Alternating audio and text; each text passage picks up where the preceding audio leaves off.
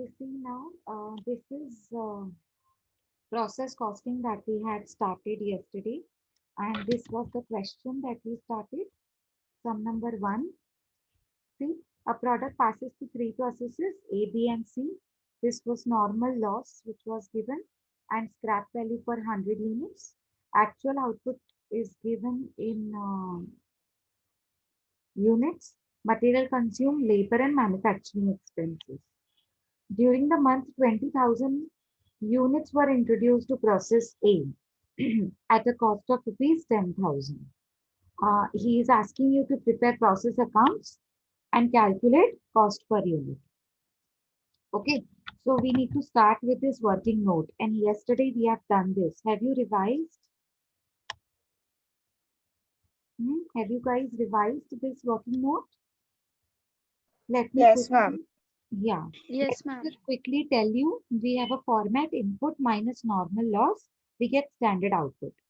Always remember standard output is targeted one. The one that we want to do it. The one that we desire to achieve. Okay. And कभी कभी ऐसा नहीं होता है कि जितना हमने सोचा था वो मिले, तो उसे एक्चुअल आउटपुट से हमको कंपेयर करना पड़ता है so that we come to know कि कितना हमारा टारगेटेड के कंपैरिजन से अचीव हुआ. ठीक है, उसे कहते हैं एक्चुअल आउटपुट. अब स्टैंडर्ड आउटपुट से एक्चुअल आउटपुट को कंपेयर करेंगे तो पता चलेगा कि एबनॉर्मल लॉस है कि एबनॉर्मल गेन है. आपने जब ये शुरू किया कल, तभी हमने सबसे पहले प्रोसेस ए का इनपुट डाला. आपने क्वेश्चन पढ़ा अभी अभी जिसमें 20,000 were introduce to process A. तो रॉ मटेरियल इंट्रोड्यूस का मतलब होता है इनपुट. उसमें से आपने नॉर्मल लॉस 2% माइनस कर दिया तो आपको मिला standard output. Actual output already दिया हुआ है 19,500 इन द क्वेश्चन. तो मिलना चाहिए था 600, मिला 500. सो 100 का आपका एबनॉर्मल लॉस हो गया. सिमिलरली बी के लिए, अब जो ए का एक्चुअल आउटपुट है वो बी का इनपुट होता है. 5% नॉर्मल लॉस माइनस करने के बाद आपको मिलेगा standard output. Actual output already दिया हुआ है क्वेश्चन में 18,800. आपने कंपेयर किया तो आपको पता चला एक्चुअल ज्यादा है, मतलब जितना मैंने सोचा था उससे कहीं ज्यादा मिला, तो आपका एबनॉर्मल गेन हो जाएगा. बी में जो एक्चुअल आउटपुट है वो सी का इनपुट हो जाएगा. नॉर्मल लॉस का 10% दिया हुआ है, वो माइनस करके आपको मिलेगा स्टैंडर्ड आउटपुट. स्टैंडर्ड आउटपुट को कंपेयर करेंगे हम एक्चुअल आउटपुट से जो कि क्वेश्चन में 2000 दिया है. तो स्टैंडर्ड आउटपुट से एक्चुअल आउटपुट कम है, मतलब मुझे कम मिला, तो मेरा लॉस, जिसे कहते हैं हम एबनॉर्मल लॉस. इतना सबको क्लियर है? Yes ma'am. ओके, तो अब आ जाओ प्रोसेस अकाउंट पे. आपने बनाया process account A, process account B and process account C? बनाए हैं सबने? नहीं मैम, ऐसा बॉक्स बनाना है. नहीं नहीं, मैम जो आपने कल करने बोला था ना, प्रोसेस ए, हाँ, प्रोसेस बी एंड प्रोसेस कल सी, हाँ कल वो बनाया कर थी ना दिया है. हमने. ये तो वर्किंग नोट है. कल हमने बनाया था ना प्रोसेस वन का अकाउंट. अकाउंट मतलब लेजर अकाउंट, ऐसा वाला. एक्चुअली कल ना मैम लेक्चर में ना नेटवर्क नहीं आपको था ना, तो जब भी, बैठी नहीं थी. हाँ मैं बैठी नहीं समझ थी, गई इसके आप लिए नहीं मुझे बैठे नहीं. थे, लेकिन बेटा उसी वो ऑन द स्पॉट उसी दिन आप लेक्चर रिकॉर्डिंग सुन लिया करो ना. अभी आपको नहीं समझेगा. अभी जब तक कल आपको कल कल की रिकॉर्डिंग नहीं सुनोगे ना तब तक आपको नहीं समझेगा कुछ भी. ट्राई करो लेकिन समझेगा नहीं. ठीक है, तो अभी हमने प्रोसेस अकाउंट बनाए थे ऐसे वाले. ये देखो लेजर अकाउंट बना हुआ है ना, ये जैसे नीचे प्रोसेस अकाउंट ए, ठीक है, फिर प्रोसेस अकाउंट बी नीचे, और नेक्स्ट पेज पे मैंने आपको बोला था प्रोसेस अकाउंट सी बना कर दीजिए. ठीक है, तो अभी हम शुरू करेंगे प्रोसेस अकाउंट ए से. देखो, सबसे पहले याद रखो प्रोसेस अकाउंट में ए में जितने एक्सपेंसेस दिए हैं वो डेबिट साइड में जाएंगे. हम ट्रेडिंग अकाउंट में कैसे दिखाते हैं? Opening stock, material, labour, wages, factory expenses, कैसे दिखाते हैं? बिल्कुल वैसे. ठीक है, और अगर कुछ लॉस है तो बाय नॉर्मल लॉस यहाँ पर, बाय एबनॉर्मल लॉस भी यहाँ पर. कुछ गेन होगा तो यहाँ पर दिखाएंगे क्रेडिट डेबिट साइड में 2 एबनॉर्मल गेन, और फिर क्लोज करके बैलेंसिंग फिगर निकालेंगे जिसको लिखेंगे by output transfer to process B. क्योंकि जो प्रोसेस ए का आउटपुट होता है उसको हम कहाँ डालते हैं, बी के इनपुट में, पर जाता तो बी में है ना, तो आपको लिखना है by output transfer to process B. अब बी में लिखेंगे to input from process A, B के लिए तो वो इनपुट है, तो आप लिखोगे टू इनपुट, ये देखो to input from process A, कहाँ से आया ये, फ्रॉम प्रोसेस ए से आया, और ए में क्या लिखोगे, हम बी को दे रहे हैं, तो टू प्रोसेस बी, ये देखो नीचे मैंने हाईलाइट किया, टू प्रोसेस बी, दिख रहा है सबको? Yes ma'am. Okay, yes ma'am. हाँ, तो इसको बोलते हैं प्रोसेस अकाउंट, ठीक है ना। तो सबसे पहले शुरू करो, अभी क्वेश्चन को देखो। सबसे पहले क्वेश्चन में क्या है, नॉर्मल लॉस है, पर अभी सीधा सीधा नॉर्मल लॉस तो नहीं दिखाएंगे, हमेशा याद रखो सबसे पहले हम दिखाते हैं टू बेसिक रॉ मटेरियल, जो हमने इनपुट दिया ना, सबसे पहले तो इनपुट होता है। तो आ जाओ प्रोसेस ए में, ये देखो, ये जो सेंटेंस है ना, ये वेरी वेरी इंपॉर्टेंट, ये वाला, During the month, 20,000 units were introduced to process A at the cost of rupees 10,000. ये मैंने हाईलाइट किया, दिख रहा है आपको सेंटेंस? हाँ मैम। लिखो, लिखो, to basic raw material, debit side में प्रोसेस ए के, जैसे यहाँ पर स्टेटमेंट में लिखा हुआ है, to basic raw material, quantity कितना, 20,000 यूनिट्स, हाईलाइट किया हुआ है मैंने, वहां पर देखो, और नीचे स्टेटमेंट में भी देखो, तो क्वांटिटी में कितना डाला है उसने, 20,000।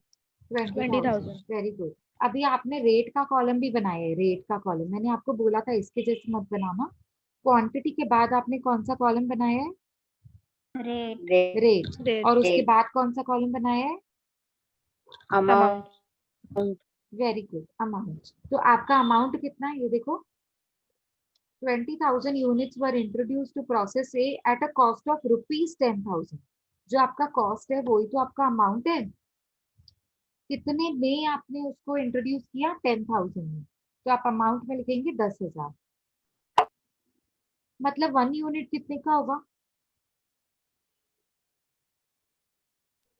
अगर 20,000 यूनिट्स को आपने 10,000 यूनिट्स में खरीदा, 0.5। वेरी गुड, तो आप कभी भी पर यूनिट कैसे निकालते हो, सीपीयू कॉस्ट शीट हमने सीखा है ना, पर यूनिट, रेट का मतलब होता है पर यूनिट, रेट मतलब पर यूनिट। अब जब भी हम पर यूनिट निकालते, पर यूनिट मतलब सीपीयू, जब भी हम सीपीयू पर यूनिट निकालते हैं उसकी फॉर्मूला होती है amount divided by quantity. Amount कितना है, 10,000, क्वांटिटी कितनी है, 20,000 यूनिट्स, तो 10/20 कितना हो जाएगा आपका, 1 यूनिट पर 0.5 यूनिट इज इक्वल्स टू 0.5। तो आपको कैसे 0.5। लिखना है, रेट के कॉलम में आपको लिखना है 0.50, 0.50, done ma'am. Done, very good. Next, अभी आपने बेसिक रॉ मटेरियल तो दे दिया, अभी उसके बाद क्या क्या है देखो, ये देखो और कौन से खर्चे हैं जो डेबिट साइड में दिखा सकते हैं, देखो क्वेश्चन में देखो, ये देखो, material consumed, direct labour, direct manufacturing expenses, ये तीनों खर्चे हैं। तो लिखो सबसे पहला to material consumed, to material consumed, A का कितना दिख रहा है आपको खर्चा, रुपीस में दिख रहा है, सीधा क्वांटिटी नहीं दी हुई है, इसकी क्वांटिटी देंगे भी नहीं, ये खर्चा है, तो क्वांटिटी और रेट में निल कर दो, क्वांटिटी और रेट में देखो इन्होंने कैसे छोटा डैश डाला हुआ है नीचे सॉल्यूशन में, देखो दिख रहा है आपको, डैश डाला हुआ है, यस मैम। हाँ बिल्कुल वैसा, डैश डाल दो, और अमाउंट के कॉलम में लिखेंगे 6,000, प्लीज नोट अमाउंट के कॉलम में लिखना है 6,000 रुपीज। नेक्स्ट, डायरेक्ट लेबर, ये भी आपका एक्सपेंस है, तो आप लिखेंगे to direct labour, to direct labour, कितना खर्चा दिख रहा है आपको रुपीस में, 8,000 रुपीज। वेरी गुड, तो आप सीधा अमाउंट के कॉलम में लिखेंगे 8,000 रुपीज। मतलब आपको यूनिट्स और रेट में लिखने की जरूरत ही नहीं है। नेक्स्ट है आपका टू मैन्युफैक्चरिंग एक्सपेंसेस। कितना खर्चा दिख रहा है? 1000 rupees. Quantity or 1000. rate nil. Very good, very good. Quantity और रेट में कुछ नहीं दिखाएंगे और सीधा अमाउंट के कॉलम में दिखाएंगे, मतलब fourth column left hand side का। 1000. Very good, 1000। ठीक है, अब आ जाओ यहाँ पर। देखो और कोई खर्चा तो मुझे दिख ही नहीं रहा है, तो डेबिट साइड तो मेरे ख्याल से हो गया। अब आ जाओ स्टार्टिंग में जहाँ पे हमने लॉस को छोड़ दिया था। इस लॉस का मतलब है नॉर्मल लॉस। कल मैंने आपको अच्छे से बताया था नॉर्मल लॉस क्या होता है, एबनॉर्मल लॉस क्या होता है, एबनॉर्मल गेन क्या होता है। अब यहाँ पर कुछ नहीं बोला तो ये नॉर्मल लॉस होता है, क्योंकि नॉर्मल लॉस के बिना तो चलेगा ही नहीं। नॉर्मल लॉस तो जरूर होता है, अनअवॉइडेबल होता है, ये जरूर होगा ही होगा। ठीक है, मैंने आपको रीजन भी बताया था। अब नॉर्मल लॉस का परसेंटेज दिया हुआ है यहाँ पे 2%, बट मैंने थोड़ी परसेंटेज का कॉलम बनाया है। मैंने किसका कॉलम बनाया है? Quantity, rate, amount. अब ये 2% का अमाउंट किधर से लाऊं मैं? वर्किंग नोट जो हमने कल बनाया था। ये देखो, आप आपने इनपुट इनपुट अभी अभी दिखाया 20,000, याद आया? अभी अभी दिखाया ना, to basic raw material Yes, ma'am. 20,000 units, rupees 10,000, rate में 0.5, मतलब ये इनपुट हो गया। इसी इनपुट का मैंने 2% निकाला था नॉर्मल लॉस। तो 2% का क्वांटिटी कितना था? 2% का क्वांटिटी में कितना आंसर आया था आपका? 400. वेरी गुड, क्योंकि हमने ये क्वांटिटी में बनाया था 400. पूरा। ये देखो, हमने ये पूरा In वर्किंग नोट units बनाया था. इन यूनिट्स। वेरी गुड, मतलब ये जो 400 मिला है वो रुपीस है कि यूनिट्स है? यूनिट्स। यूनिट्स है, Quantity में यूनिट्स है। आएगा. ये पूरा फर्स्ट वर्किंग नोट जो होता है ना, इसको आप दिमाग में कहीं बिठा दो, बिल्कुल याद रखो। ये जो फर्स्ट वर्किंग नोट बनता है ना प्रोसेस अकाउंट्स का, ये हमेशा यूनिट्स में होता है, इसमें कोई भी अमाउंट रुपीस में नहीं होता। हमेशा याद रखना, हमेशा। इसमें कोई भी amount, standard output, actual output, normal loss, input, नीचे जो आंसर्स आ रहे हैं, एबनॉर्मल लॉस, एबनॉर्मल गेन, ये सारे के सारे यूनिट्स हैं। ठीक है, मतलब क्वांटिटी। अगर हम इसको कहीं ना कहीं लिखेंगे तो क्वांटिटी में ही लिखेंगे, चाहे डेबिट में लिखे चाहे क्रेडिट में लिखे, पर जाएगा क्वांटिटी में। अच्छा, तो नॉर्मल लॉस की क्वांटिटी तो मिल गई, कितनी क्वांटिटी है बोलो? 400 यूनिट्स। 400। तो आ 400. जाइए 400 आप units. स्टेटमेंट में आ जाइए। मतलब यहाँ पर ये वाला नीचे स्टेटमेंट देखो, यहाँ पर लिखो बाय नॉर्मल लॉस।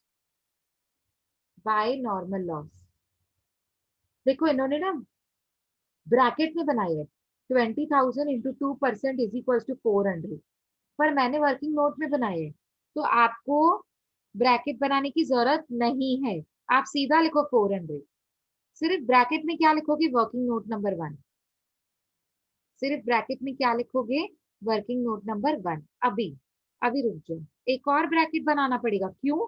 उसका मैं लॉजिक बताती हूँ। देखो, सेलिंग प्राइस पर 100 यूनिट्स, मतलब आपका जो सेलिंग प्राइस है ना, वो ₹5 है, पर वो 100 यूनिट्स का है।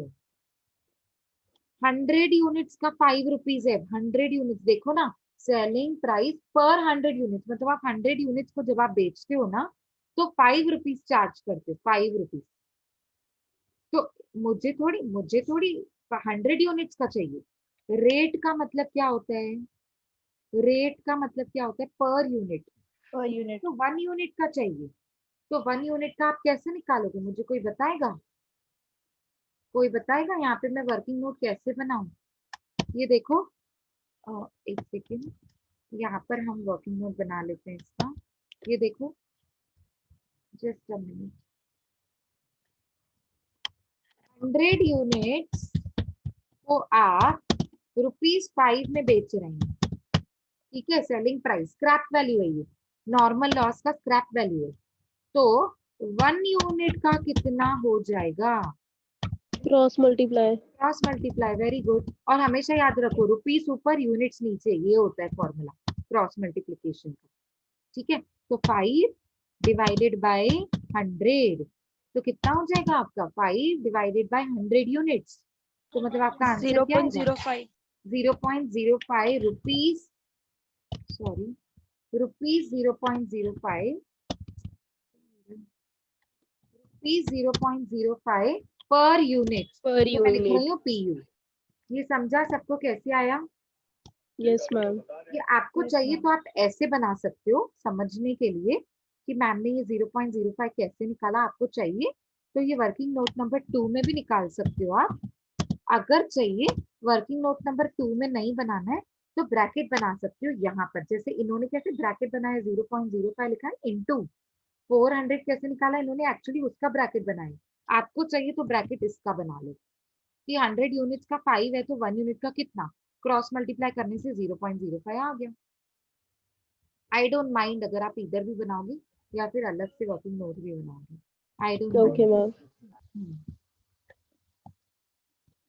बनाओ बनाओ, I am giving you 1 minute to draw. Ma'am I mean, working 2 note minutes. बनाए तो टेबल में लिखने की जरूरत नहीं है ना?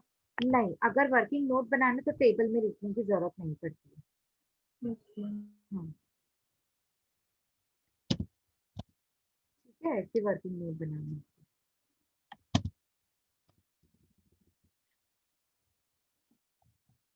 ठीक है, अभी एक का बना लिया ना तो बार बार सबका नहीं बनाना है। ये देखो, ये सेकंड बी प्रोसेस, जब ये हम बी में आएंगे तो इसका भी ₹5 है और इसका भी 100 यूनिट्स है, तो इसका भी आंसर सेम आएगा 0.05। अच्छा, सी का क्या है 20 है, तो उधर ही ब्रैकेट बना लेना ना 20/100। अब तो समझ गए ना कि 20 को 100 से डिवाइड कैसे किया, ये लॉजिक तो समझ गए ना ये वाला। Yes ma'am. हाँ, हाँ. ये हाईलाइट किया है मैंने, ये लॉजिक है। 100 यूनिट्स का 5 रुपीज है तो 1 यूनिट का कितना, क्रॉस मल्टीप्लाई तो करेंगे। चलो, ये लॉजिक तो समझ गए, तो अब बार बार हमको वर्किंग नोट नहीं बनाना है। आप बाजू में ब्रैकेट भी बना दोगे तो भी चलेगा। सी का, बी में तो बनाने की जरूरत ही नहीं है क्योंकि बी का तो सेम है। ठीक है, उसके बाद भी आपको बनाना है तो इट्स ओके, मार्क्स नहीं कटती है, लेकिन जहाँ पे जरूरी है वहां पे नहीं बनाओगे तो मार्क्स कटेगी। ठीक है, चलो अभी मुझे बताओ 5/100 कितना आएगा, 0. 05 इसको आपको per रेट के unit. कॉलम में लिखना है, रेट के कॉलम में कहाँ पे, बाय नॉर्मल लॉस। आपने लिखा क्वांटिटी में 400, रेट के कॉलम में 0.05 और अमाउंट के कॉलम में आप मुझे आंसर देंगे मल्टीप्लाई करके। 20। Very good. जब भी अमाउंट 20. निकालना है तो क्वांटिटी और रेट को मल्टीप्लाई करते हैं, जब रेट निकालना है तो अमाउंट और क्वांटिटी को डिवाइड करते हैं। ये तो पता है ना, कॉस्ट शीट में जो सीखा है आपने। Yes, estimated ma'am. Cost sheet में, एस्टिमेटेड कॉस्ट शीट में हम सीपीयू निकाल रहे थे और क्वांटिटी से मल्टीप्लाई करके अमाउंट कैलकुलेट कर रहे थे, याद आया? Yes ma'am. हाँ, हाँ, बस ये ma'am. वही तो चीज है। क्वांटिटी 400 है और 0.05 रेट है, तो आप दोनों को जब मल्टीप्लाई करोगे तो आंसर, और मल्टीप्लाई करने का भी लॉजिक है ना। देखो, रेट का मतलब होता है पर यूनिट, मतलब 1 यूनिट का आप 0.05 रुपीज है तो 400 का कितना, क्रॉस मल्टीप्लाई 400 इंटू 0.05।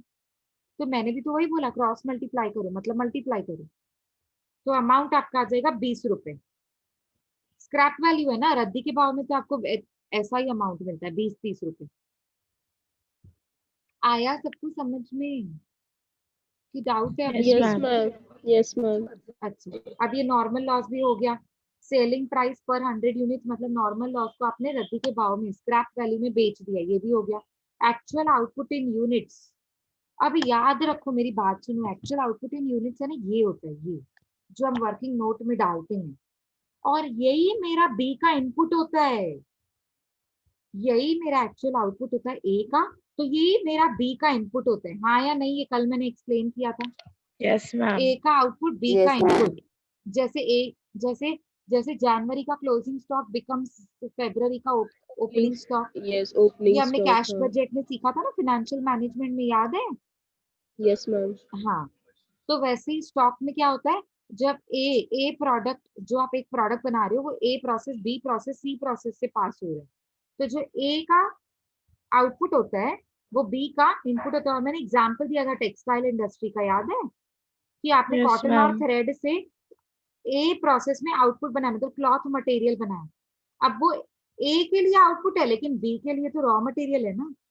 अब बी प्रोसेस में क्या होगा, कल का एग्जाम्पल याद है, क्या होगा उस कपड़े के ऊपर, क्लॉथ मटेरियल को क्या करेंगे बी प्रोसेस में लेकर जाकर, हम बी प्रोसेस में ही कपड़े को लेकर जाएंगे, तो क्या करेंगे बी प्रोसेस में? कल का एग्जाम्पल याद नहीं है? आपने कॉटन और थ्रेड से जो क्लॉथ मटेरियल बनाया, तो सारे वाइट वाइट वाइट वाइट कपड़े, कॉटन तो वाइट होती है, तो अब सेकंड प्रोसेस में आप डाई डाई, उसको बोलते हैं डाई करना, कलर को बोलते हैं डाई करना। तो कपड़े के ऊपर जब कलर लगता है ना, उसको बोलते हैं डाई करना। तो सेकंड प्रोसेस के लिए तो वो वाइट कपड़ा जो लॉट में आपने कपड़ा बनाकर बी प्रोसेस में दे दिया, तो अब जो बी प्रोसेस के लेबरर्स हैं उसको क्या करेंगे? डाई करेंगे। तो उनके लिए तो 19,500 इनपुट है ना, तो याद रखना आपको 19,500 मेरा क्लोजिंग बैलेंस आना चाहिए। ये देखो, जब हम सम को क्लोज करेंगे ना, तो लिखते हैं ना by output transfer to B, मतलब बी में मुझे जो डालना है वो आंसर आना चाहिए 19,500, इसका आर है, अपना भी आना चाहिए, अपना भी आना चाहिए। ये हम लिखते नहीं, ये बैलेंसिंग फिगर निकालते हैं और खुद ही आते हैं। और अगर खुद 19,500 आ गया, मतलब आपका सम बिल्कुल सही था। इसमें किसी से कॉपी करने की जरूरत नहीं, खुद ही पता चल जाता है मेरा सम राइट चल रहा है कि रॉन्ग चल रहा है। क्यों? क्वेश्चन में ही आंसर है। ये देखो, एक्चुअल आउटपुट 19,500, मतलब क्लोजिंग बैलेंस मेरा यही आना चाहिए। अमाउंट भी हम वेरीफाई कर सकते हैं राइट है कि रॉन्ग है, बताती हूँ मैं आपको कैसे। अभी रुको, ठीक है? अभी देखो, मुझे बताओ ये टेबल में क्या क्या दिया हुआ है। नॉर्मल लॉस हो गया, उसका स्क्रैप वैल्यू हो गया, एक्चुअल आउटपुट तो हम बैलेंसिंग फिगर निकालेंगे, material consumed, direct labour, manufacturing expenses, ये तो सारे हो गए। 20,000 का बेसिक रॉ मटेरियल 10,000 रुपए में जो था वो भी हो गया, तो बाकी बचा क्या? तो कुछ और बचा है क्या कि हम क्लोज कर सकते हैं? आप मुझे बताएंगे कुछ और बचा है प्रोसेस अकाउंट ए के लिए कि हम क्लोज कर सकते हैं? क्लोज कर सकते हैं। थोड़ा और सोचो, थोड़ा और सोचो। चलो क्वेश्चन को देखकर तो समझ गया क्लोज कर सकते हैं। हाँ, क्वेश्चन को तो देख लिया, अब एक बार वर्किंग नोट को देख लो।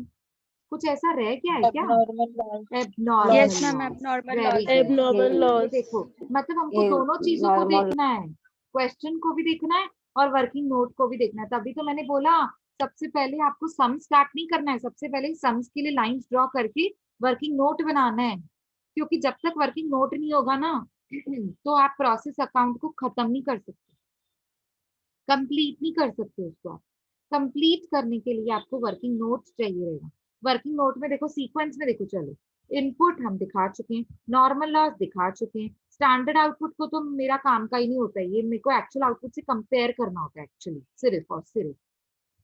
अब स्टैंडर्ड और एक्चुअल को जब मैंने कंपेयर किया तो आंसर क्या आया? Abnormal losses. Abnormal abnormal losses. Loss, abnormal loss आया। क्या आया? Abnormal loss. अब इस एबनॉर्मल लॉस को मुझे प्रोसेस अकाउंट ए में दिखाना पड़ेगा। हमेशा याद रखो, नॉर्मल लॉस कहाँ दिखाते हैं? क्रेडिट साइड, तो ये भी क्रेडिट साइड ही दिखाएंगे ना, लॉस तो क्रेडिट साइड में ही दिखाएंगे ना। बाय, बाय मतलब डेबिट, डेबिट मतलब debit all expenses and losses, so you need to show this on the debit side. Okay, जैसे हम नॉर्मल लॉस को हम डेबिट क्रेडिट साइड में दिखाते हैं ना, क्रेडिट साइड में बाय दिखाते हैं, बाय नॉर्मल लॉस, तो वैसे ही हमको दिखाना है क्रेडिट साइड में बाय एबनॉर्मल लॉस। लिखो बाय एबनॉर्मल लॉस, उसकी क्वांटिटी, उसकी क्वांटिटी कितनी है वो वर्किंग नोट में से पता चलेगी, क्वेश्चन में से नहीं पता चलती है। ये क्वेश्चन में दिया ही नहीं होता है, ये मैंने निकालना होता है, and I have already calculated how much, 100. 100 मैंने हाईलाइट किया 100 units. यस, 100 यूनिट्स, ये ऑलरेडी मैंने हाईलाइट किया हुआ है, आप देखो अच्छे से देखो, 100 यूनिट्स। और याद रखो ये 100 रुपीज नहीं है, ये यूनिट्स है, और यूनिट्स का मतलब होता है क्वांटिटी। अच्छा, 100 यूनिट्स का लॉस हो गया। अब इसका रेट, रेट जैसे नॉर्मल लॉस को हम रद्दी के भाव में बेचते हैं, तो इसका भी तो कोई रेट होगा ना, इसका भी तो कोई रेट होगा। नॉर्मल लॉस को बेचते तो एबनॉर्मल लॉस रख के क्या करूंगी, उसको भी तो मैं बेचूंगी। अब इसको तो मैं बेच तो सकती हूँ, लेकिन इसका रेट नहीं दिया हुआ। रेट मतलब सीपीयू, सीपीयू नहीं मिला हुआ है, उसको कैलकुलेट करना पड़ता है। याद रखो हमेशा, एबनॉर्मल लॉस, एबनॉर्मल गेन। क्या बोला मैंने? कौन से दो दो चीजों के कौन से नाम लिए मैंने? Abnormal loss, abnormal gain. Very good. इन दोनों के सीपीयू कभी दिए हुए नहीं जाते हैं, मैंने खुद से कैलकुलेट करना होता है। आ जाओ वर्किंग नोट नंबर 3 में। ठीक है, ये देखो, ये आपका वर्किंग नोट नंबर 3 है। Very very very important. ये देखो, ये आपका वर्किंग नोट नंबर 3 बनेगा, जिसमें हम सीपीयू को निकालने की फॉर्मूला सीखते हैं। जिसमें हम सीपीयू निकालने की फॉर्मूला सीखते हैं। अभी देखो, मैंने शॉर्ट फॉर्म्स लिखा है, आपको मैं फुल फॉर्म बताऊंगी और आपको लिखना भी फुल फॉर्म है। मेरे साथ साथ लिखते जाइए। आ जाओ वर्किंग नोट नंबर 3। जिन्होंने ये वर्किंग नोट नंबर 2 नहीं बनाया है, ये वर्किंग नोट नंबर 2 को ब्रैकेट में दिखाया है, तो मतलब आपने वर्किंग नोट नंबर 2 नहीं बनाया होगा। तो ये जो सीपीयू वाला आपके लिए वर्किंग नोट नंबर 2 हो जाएगा, और जिन्होंने ये वर्किंग नोट नंबर 2 बनाया है उनके लिए 3 हो जाएगा। ठीक है ना? चलो सीपीयू की फॉर्मूला लिखो। लिखो सीपीयू इज इक्वल्स टू, मैंने कलर कलर से हाईलाइट किया हुआ है, तो अच्छे से देखो। सीपीयू इज इक्वल्स टू, लिख रहे हैं सारे फॉर्मूला? Yes, ma'am. हाँ लिखो। लिखो टोटल प्रोसेस कॉस्ट, मतलब TPC, total process cost minus scrap value of normal loss, मतलब SV of NL. SV of NL मतलब scrap value of normal loss.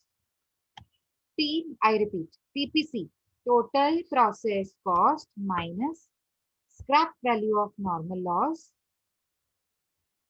Whole divided by, मतलब ये न्यूमरेटर है आपका पूरा।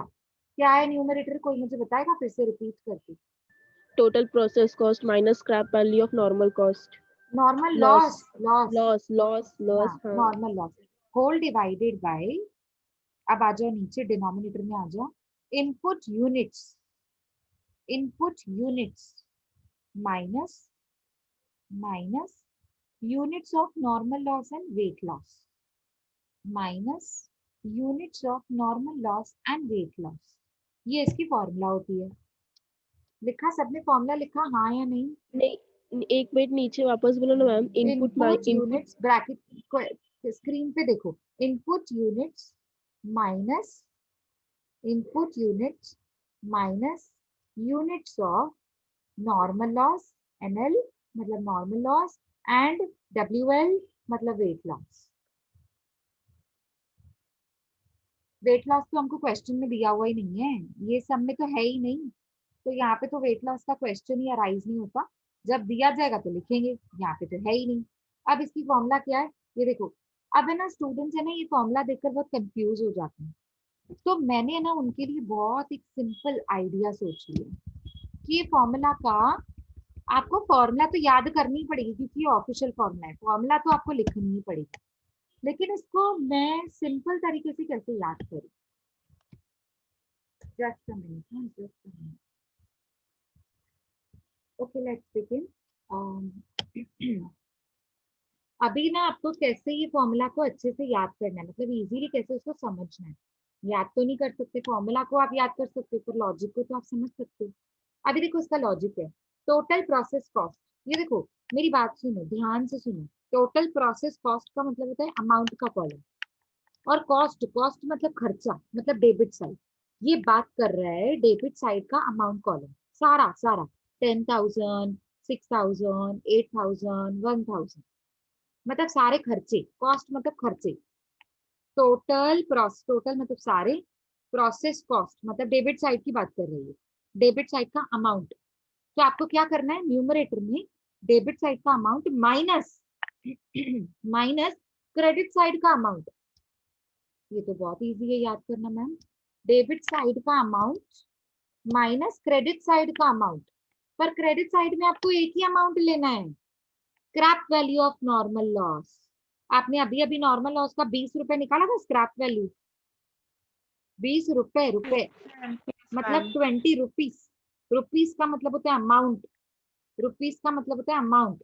देयरफॉर आपको क्या करना है, डेबिट साइड का अमाउंट माइनस क्रेडिट साइड का अमाउंट। बहुत बढ़िया, ये तो बहुत इजी हो गया याद करना। न्यूमरेटर तो बहुत इजी है। अब आ जाओ डिनोमिनेटर में। देखो पहली बात तो आप ये याद रखो, सीपीयू निकाल रहे हैं, सीपीयू निकालने की फॉर्मूला होती है अमाउंट डिवाइडेड बाय क्वांटिटी। मतलब ये तो नक्की है कि ऊपर न्यूमरेटर में अमाउंट होगा, नीचे डिनोमिनेटर में क्वांटिटी होगा। यस इतना समझ में आ रहा है ना सबको, ये तो पक्का है ना कि हम यस सीपीयू मैम। निकाल रहे हैं। सीपीयू निकालने के लिए ऊपर अमाउंट होता है, नीचे क्वांटिटी होता है। बस ऊपर अमाउंट ही है, नीचे क्वांटिटी है, इतना याद रखो। बहुत सिंपल फॉर्मूला है, बच्चों को पता नहीं क्यों डिफिकल्ट लगती है, पर मैं जब ये बता दूंगी तो आपको इजी लगेगी। देखो अमाउंट माइनस अमाउंट, ये न्यूमरेटर हो गया। कौन सा amount minus amount, debit side का अमाउंट माइनस क्रेडिट साइड का अमाउंट। अब आ जाओ नीचे डिनोमिनेटर में। इनपुट यूनिट्स, इनपुट मतलब raw material introduce, basic raw material का इनपुट 20,000। 20,000 इज इनपुट, इनपुट का यूनिट मतलब 20,000। मतलब डेबिट साइड की क्वांटिटी माइनस क्रेडिट साइड की क्वांटिटी। क्रेडिट साइड में कौन सी क्वांटिटी थी, नॉर्मल लॉस की क्वांटिटी थी, और वेट लॉस तो है ही नहीं। आप बोलोगे मैम एबनॉर्मल लॉस की भी तो क्वांटिटी है ना 100, पर उसी का ही तो सीपीयू फाइंड कर रहे हैं। जिसका सीपीयू फाइंड करते हो उसको वर्किंग नोट में डालते हो कभी आप? नहीं No, ma'am. नहीं, जिसका हम सीपीयू निकाल रहे हैं उसको कैसे अभी लेंगे, 100 को कैसे लेंगे? 100 का तो हम कैलकुलेट कर रहे हैं, तो 100 का सीपीयू नहीं लेना है। इसीलिए मैंने लिखवा, सीपीयू नहीं सॉरी यूनिट्स, इसीलिए मैंने फॉर्मूला में लिखा है units of normal loss and weight loss, और किसी का यूनिट लेना ही नहीं है। आई बात समझ में, फॉर्मूला इजी लग रही है अभी? हाँ मैम। Yes ma'am. अभी इजी लगेगा ना, देखो मैं रीड कर रही हूँ। टीपीसी मतलब डेबिट साइड का amount minus scrap value of normal loss मतलब क्रेडिट साइड का amount, whole divided by input units मतलब डेबिट साइड की quantity minus units of normal loss मतलब क्रेडिट साइड की क्वांटिटी। सो अगर मैं सिंपल वर्ड्स में बोलूं, डेबिट साइड का अमाउंट माइनस क्रेडिट साइड का amount divided by debit side का यूनिट्स माइनस क्रेडिट साइड का यूनिट्स। हो गया, सिंपल, बात खत्म। आया समझ में कैसे किया है फॉर्मूला? मैम यस समझा। मैम। पक्का समझा? यस हाँ, मैम। हाँ ठीक है। चलो अभी हम निकालते हैं टीपीसी। टीपीसी कैसे निकालेंगे आप बताएंगे, क्या क्या लेंगे, कौन से फिगर्स लेंगे? 10,000, 6,000, 8,000, 10, 1,000। Very good. 6 और 8 14 होता है, 14 और 1 15 हो गया, 15 और 10 मतलब कितना हो गया? 25। 25 यहाँ पे आप लिखोगे 25।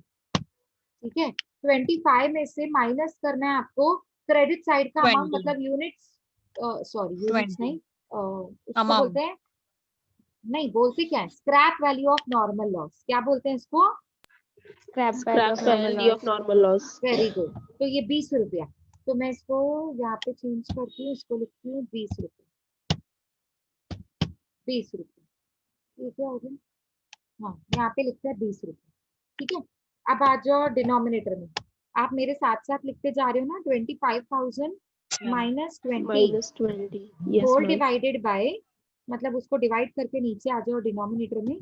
बताओ इनपुट यूनिट्स कितनी है, इनपुट यूनिट्स 20,000। Very good. 20,000। तो मैं इसको चेंज करके लिखती हूँ 20,000 minus, minus units of normal 400 loss, very good. 400। एक बार मैंने आपको सिर्फ फॉर्मूला समझाई और आपको आंसर्स आ गए।